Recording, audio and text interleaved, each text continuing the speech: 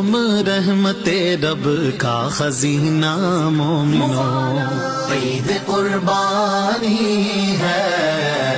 قربانی عید کے چوتھے دن بھی کر سکتے ہیں، یہ بھی ایک مسئلہ ہے۔ ایک طبقہ ایسا بھی پیدا ہو گیا ہے جو قربانی عید کے چوتھے دن بھی کر رہا ہوتا ہے۔ یہ چاہتے ہیں کہ مسلمانوں سے ہٹ کے کوئی نیا ہی ہم کام کریں، ان کا یہ معاملہ ہے۔ اللہ انہیں عقل سلیم عطا فرمائے۔ آئیے میں آپ کو بتاتا ہوں صحابہ کرام کتنے دن قربانی کے سمجھتے تھے۔ صحابہ کرام کتنے دن قربانی کے سمجھتے تھے۔ حضرت علی رضی اللہ تعالیٰ عنہ فرماتے ہیں النہر ثلاثۃ ایام، فرماتے ہیں قربانی 3 دن ہے۔ کس کا فرمان ہے؟ حضرت علی کرم اللہ وجہ الکریم کا۔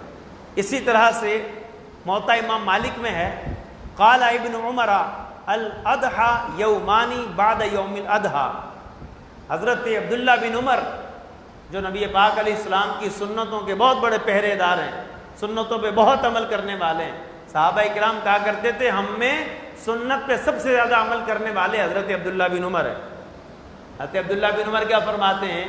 آپ فرماتے ہیں کہ قربانی عید کے بعد 2 دن ہے، جو پہلا عید کا دن ہے اس کے بعد قربانی 2 دن ہے۔ اسی طرح حضرت انس بن مالک رضی اللہ تعالیٰ عنہ آپ کیا فرماتے ہیں؟ سنن کبریٰ کے اندر امام بیہقی نے یہ روایت نقل کی ہے، کہتے ہیں قال انس الذبح بعد العید یومان، حضرت انس فرماتے ہیں کہ عید والے دن کے بعد قربانی 2 دن ہے۔ اسی طرح کا فرمان حضرت ابو ہریرہ کا ہے، اسی طرح کا فرمان صحابی رسول حضرت معاذ بن مالک کا ہے، اسی طرح کا فرمان حضرت عبداللہ بن عباس کا ہے۔ یعنی صحابہ کرام جو جمہور ہیں ان کا یہی مسلک، یہی موقف ہے کہ قربانی صرف 3 دن ہو سکتی ہے، اس کے بعد نہیں ہو سکتی۔ اس میں بھی 3 دن اور 2 راتیں، ٹھیک ہے نا، تیسری رات میں نہیں ہے۔ رات میں قربانی کرنا مکروہ ہے جبکہ اندھیرا ہو، روشنی صحیح نہ ہو تو مکروہ ہے۔ اگر روشنی اچھی ہے، اچھا انتظام کر لیا تو رات میں بھی قربانی کر سکتے ہیں۔ تو 2 دن ہیں قربانی کے، 2 راتیں ہیں۔ پہلے دن کے بعد جو رات آئے گی وہ، اور دوسرے دن کے بعد جو رات آئے گی وہ، 2 راتیں ہیں اور 3 دن ہیں۔ قربانی کا وقت شروع ہوتا ہے 10 ذو الحجہ کی طلوع آفتاب سے اور 12 ذو الحجہ کے غروب آفتاب تک، اسی کے دوران قربانی کرنی ہے۔ اگر بندہ شہر میں رہتا ہے تو پورے شہر میں اگر ایک جگہ بھی عید کی نماز ہو گئی ہے تو بندہ قربانی کر سکتا ہے، اور اگر گاؤں میں ہے تو پھر عید کی نماز چونکہ گاؤں والوں پر واجب نہیں ہے، اس لیے وہ طلوع آفتاب کے فوراً بعد بھی قربانی کر سکتے ہیں، عید کی نماز سے پہلے بھی۔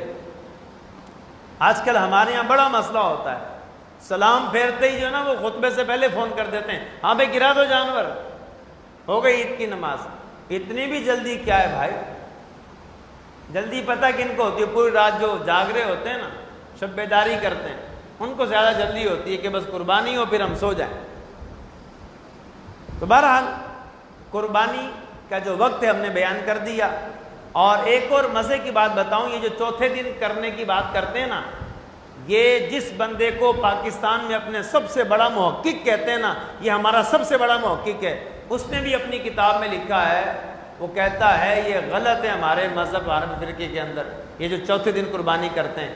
جو صحیح مذہب ہے، جو مفتابی قول ہے جمہور علماء کا، حضرت علی کا، صحابہ کا، وہ یہی ہے کہ 3 دن کی جائے۔